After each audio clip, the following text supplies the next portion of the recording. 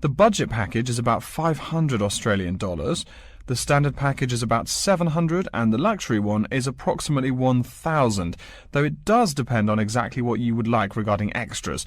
Which one would you prefer? Well, we can't decide between the budget and standard options. Ah, well, actually, just looking at my computer here, on the date that you want to fly into Alice Springs, there is no standard accommodation available. It's fully booked, I'm afraid. That's okay. We think that the cheapest one should be fine for us. We don't mind roughing it for a few days, and we don't expect to be spending much time at our accommodations. We prefer the outdoors. Right, let's look at the room options. Before you hear the rest of the conversation, you have some time to look at questions 4 to 10.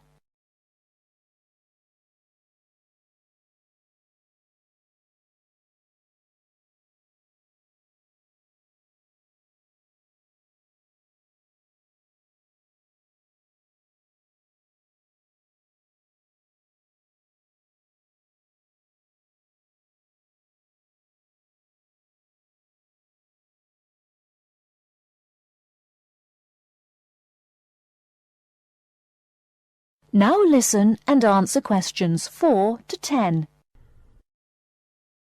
First of all, would you prefer a non-smoking room?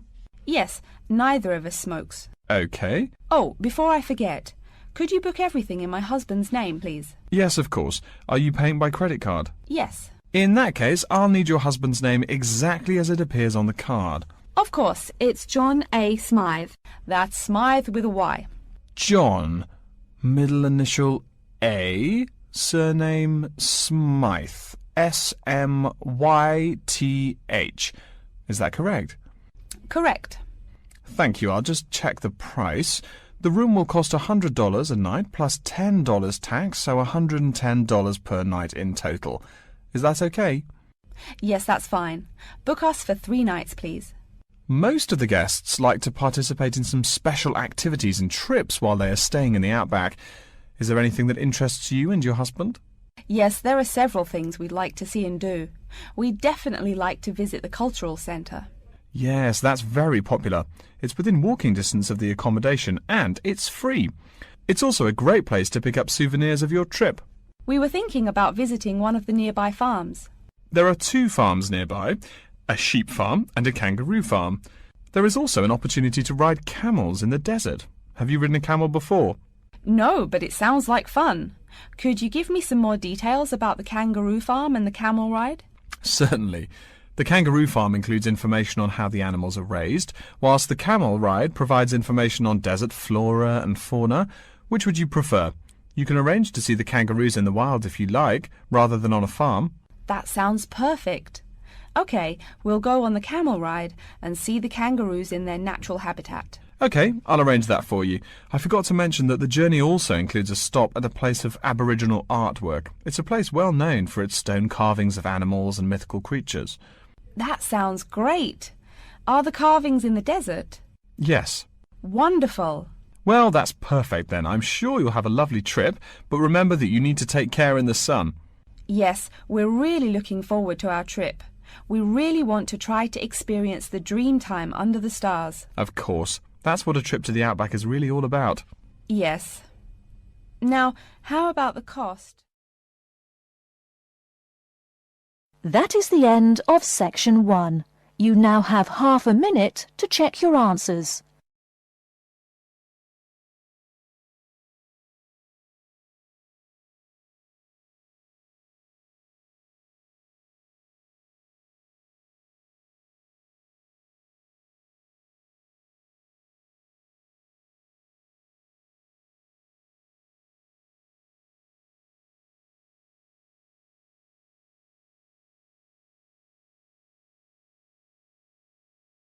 Now turn to section 2.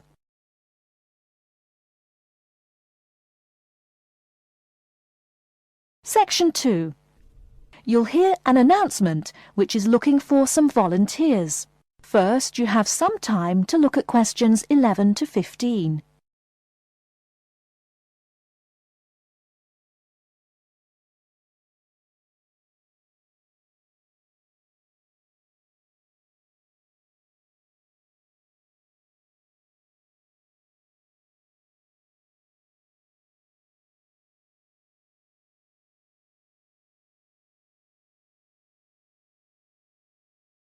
Now, listen carefully and answer questions 11 to 15.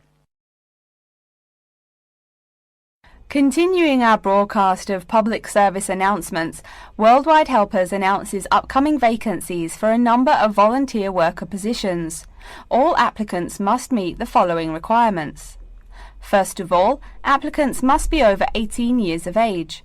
The company apologises, but there can be no exceptions to this rule. Second, persons interested in these positions may not have police records. Minor traffic offences like a parking ticket are, of course, no problem. But, and I quote, past and present drug users and sex offenders need not apply. The employer will, of course, check with the police to verify your clean record. In addition, applicants must supply references from past or present employers or teachers along with their recent CV. These references must testify as to the applicant's work habits and/or character. Remember, these are references from employers or teachers. A note from your dear old mum won't do. Worldwide Helpers assures me that they will contact these references to confirm they are genuine. Although all positions are volunteer, the employer will reimburse some of your expenses. For example, they will pay for transportation to and from the job site. Aside from that, the cost of phone calls is covered. Before you hear the rest of the talk, you have some time to look at questions 16 to 20.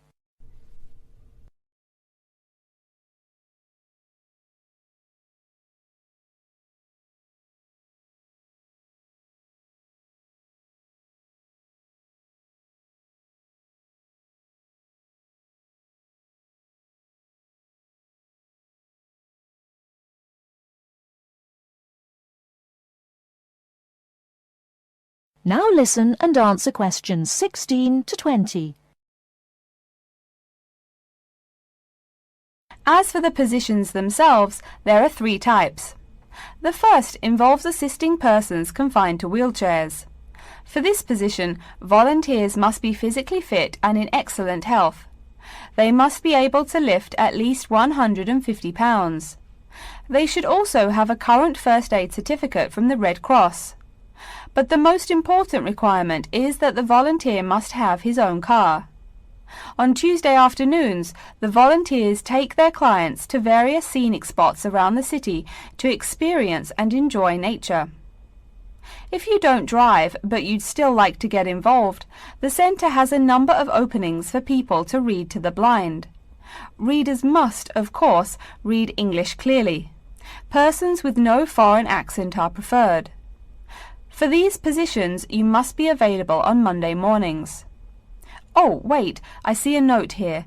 There is one opening for someone who can read Urdu. Apparently, there is a Pakistani blind person who'd like to hear his or her native language. But the other positions are all in English. And finally, there are a limited number of volunteers needed to care for disabled children. I'm sorry, but the information I've been given does not say how many children or what disabilities they have.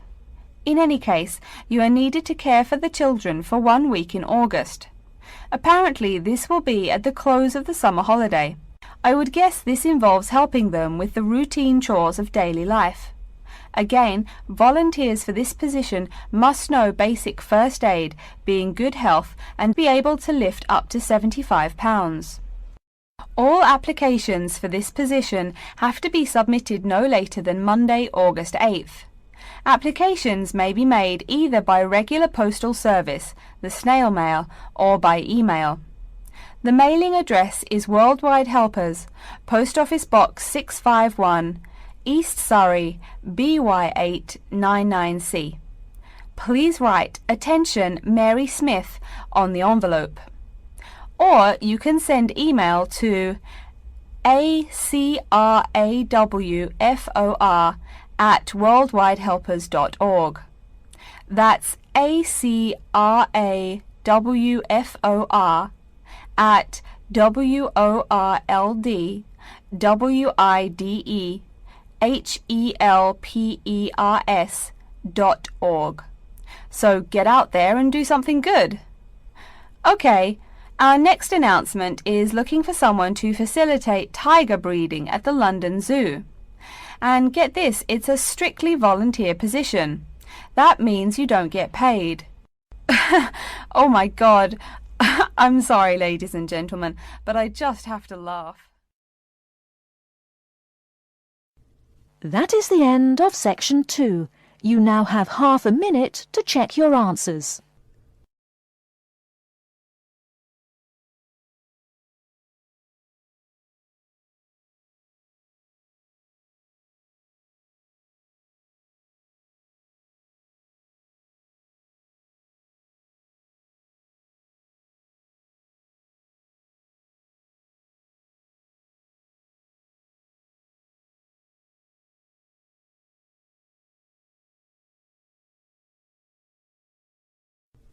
Now turn to section 3. Section 3.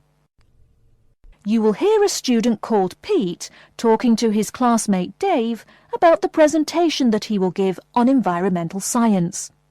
First, you have some time to look at questions 21 to 25.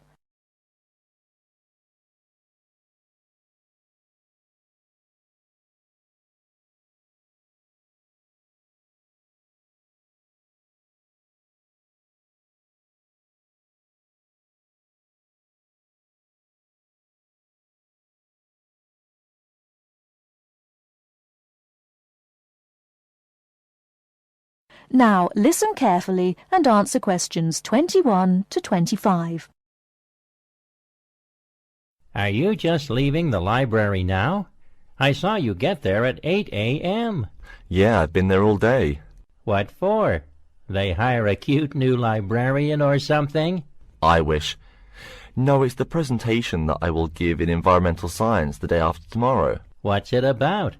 I heard you were really excited about the class. And Dr. Schnee also calls you for the arcane questions, as he calls them. It's about environmental damage in the Yucatan. Excuse me, what? Or is that where? The Yucatan. It's a state in southeast Mexico. So what's happening there? Agriculture is having a really adverse impact on the environment. There are too many farmers doing too much farming. It's really destroying the forests and ruining the soil. Deforestation is a major problem there now. How did you learn about this? I don't recall Dr. Schnee saying anything about it in lecture. Yes, but my brother went there last month. You know, to look at the old cities like the Maya Indians built. That's what first got me interested. Your brother Tom? No, Dick, Harry's twin. Anyway, he told me how few trees there were now, and how much empty ground that grows almost nothing. He said the place looked more like the desert than jungle in some parts. It brought environmental damage, so I started looking for materials in the library. Here, look at this magazine. What's in it? It's an old issue of National Geographic. It includes interviews with tourists who have been there in the past few years. It's pretty bad. See the photos? I see the photos, but 1 or 2 photos don't prove anything. Then read what the article says. Right there. The first thing it points out is how soil samples show it's hard for anything to grow there. It says how an area of 21,000 square kilometers has lost most of its forest in the past 10 years. See, there are graphs. As the number of farmers increases, the acres of forest have decreased. It's an inverse relation. Before you hear the rest of the talk, you have some time to look at questions 26 to 30.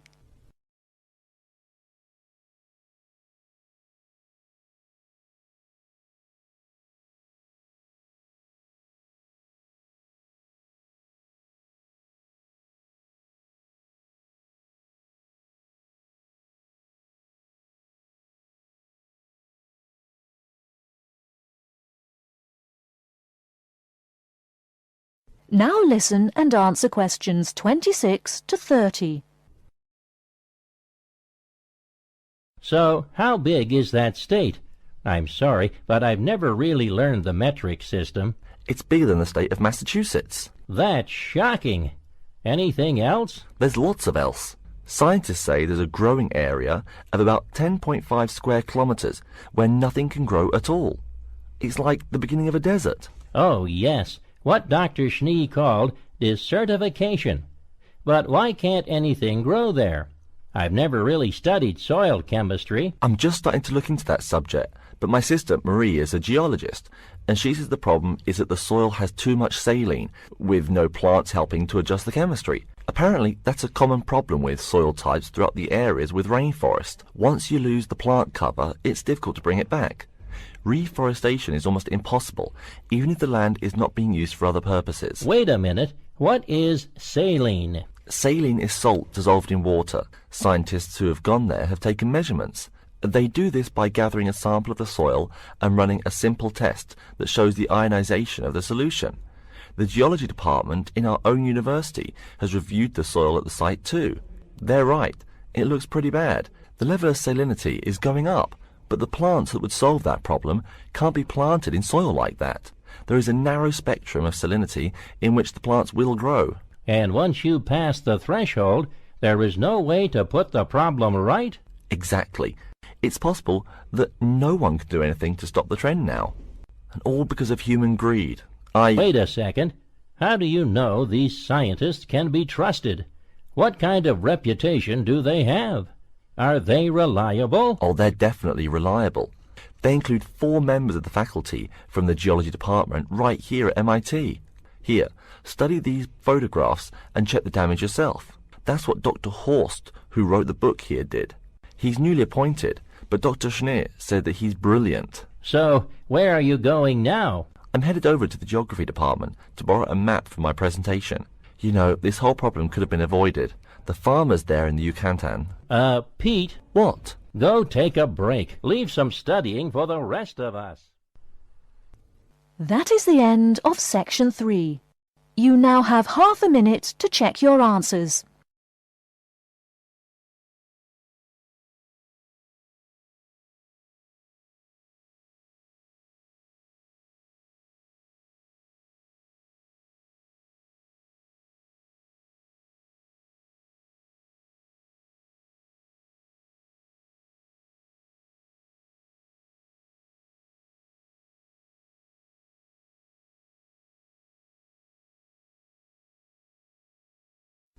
Now turn to section 4.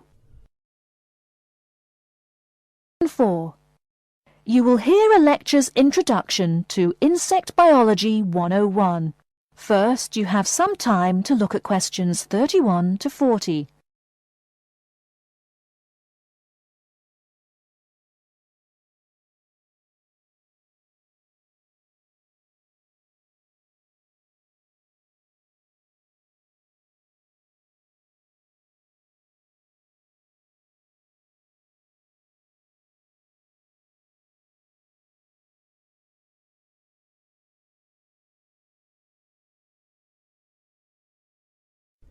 Now listen carefully and answer questions 31 to 40. Good afternoon and welcome to Insect Biology 101. I'd like to begin this course with a few remarks about good insects and bad ones. Bugs are all around us, and that's both a benefit and an annoyance, sometimes maybe even serious harm. First, let's talk about the good things that insects do for us. Probably the most important insect for humans, and maybe for all other life, is the bee. Bees help plants in the process of pollination, and thus are necessary to most flowers and fruit-producing trees. That is, they carry pollen from male flowers to female. If it weren't for bees, we'd have very few food plants and no fruit either. In fact, there would be no we. No less a thinker than Albert Einstein pointed out that, without bees, humanity would be dead within a year or less. We'd starve. It's that simple. That should maybe make us just a little humble. A little less dramatic is the fact that bees also make the honey we eat. Moreover, they produce beeswax, which is useful in candles and is also used as a first-rate furniture polish. Sure, these may not be vital to our lives, but they can serve as reminders of how important bees are. That's a point I keep coming back to in this course. Though, in all fairness, I should point out that butterflies aid in pollination as well as bees. Now, here in Michigan, what's the worst part of summer? Yep, that's right, mosquitoes. But I'm talking about helpful insects, right? So let's look at the dragonfly first. If there were no dragonflies, there would be even more mosquitoes. Dragonflies mainly eat mosquitoes and also a few other insects. Yes, that's right. They don't just fly around, and they also help to eliminate harmful insects. So the next time you see a dragonfly, don't you dare kill it. Now, let's talk a little about those harmful insects. Take the mosquitoes I just mentioned as an example. Not so many years ago, mosquitoes here in America weren't just annoying, some were even deadly. They carried malaria and yellow fever. My own ancestor, the Confederate General John Bell Hood, lived through the worst battles of Civil War, only to die at age 38 from yellow fever. A pest, not a bullet. Well, besides the mosquitoes, in summer there is also a kind of insect that never seems tired. Right, that is the fly. Before I go on talking, I must mention an African fly called the tsetse fly, which feeds on blood and can cause serious diseases in the people and animals that it bites. Besides, it is still a bearer of sleeping sickness, which affects around 300,000 people every year in Africa, and can be treated only with toxic drugs that are hard to administer. Worse still, the drugs sometimes don't work. Other insects, of course, destroy food crops. In China, for instance, locusts continue to be a danger to the harvest in some areas. Less important, but still annoying, moths eat people's clothes and dust mites slowly destroy carpets. Worse, but still in the home, termites or white ants eat wood, the wood of your house. If they are not stopped, they can eventually destroy the whole building. Usually they seriously damage a building before anyone even notices them. So, as we all know, insects can be a real trouble. So, what to do? You can go ahead and start killing harmful insects. In the early decades after the Communist Revolution in China, Chairman Mao encouraged the people to swat every fly they could see. Slogans on the walls of buildings called them "little capitalists." But flies reproduce too quickly for this to be a long-term solution. For some decades in the West, to kill insects with chemicals seemed a good remedy. Unfortunately, chemicals can only be used in a limited area for a limited time. It's a small-scale solution. The insects come back. Worse still, some of the poisons used, like DDT, were found harmful to the environment. Many kinds of wildlife, like hawks, were harmed. And people in chemical-using rural areas have one of the highest rates of liver cancer in the world. It's no secret that chemicals remain harmful to humans. Like all species, insects adapt to their changing environments at an amazing rate.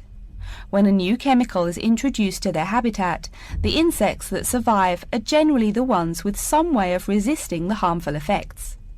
They then breed with the other survivors, and just like that, insects become resistant to most poison in a few generations. An insect generation, remember, is a couple of months at most. So again, we have to ask, what to do? Well, there are biological solutions. Some of these are pretty simple. One is destroying the insect's habitat. You take away their home or food. Cleaning your kitchen is the best way to prevent roaches. No garbage, no food. Getting rid of marshes and swamps eliminates mosquitoes. Other solutions might include bringing in dragonflies or bats in areas where mosquitoes are many. This is a cheaper alternative to chemicals.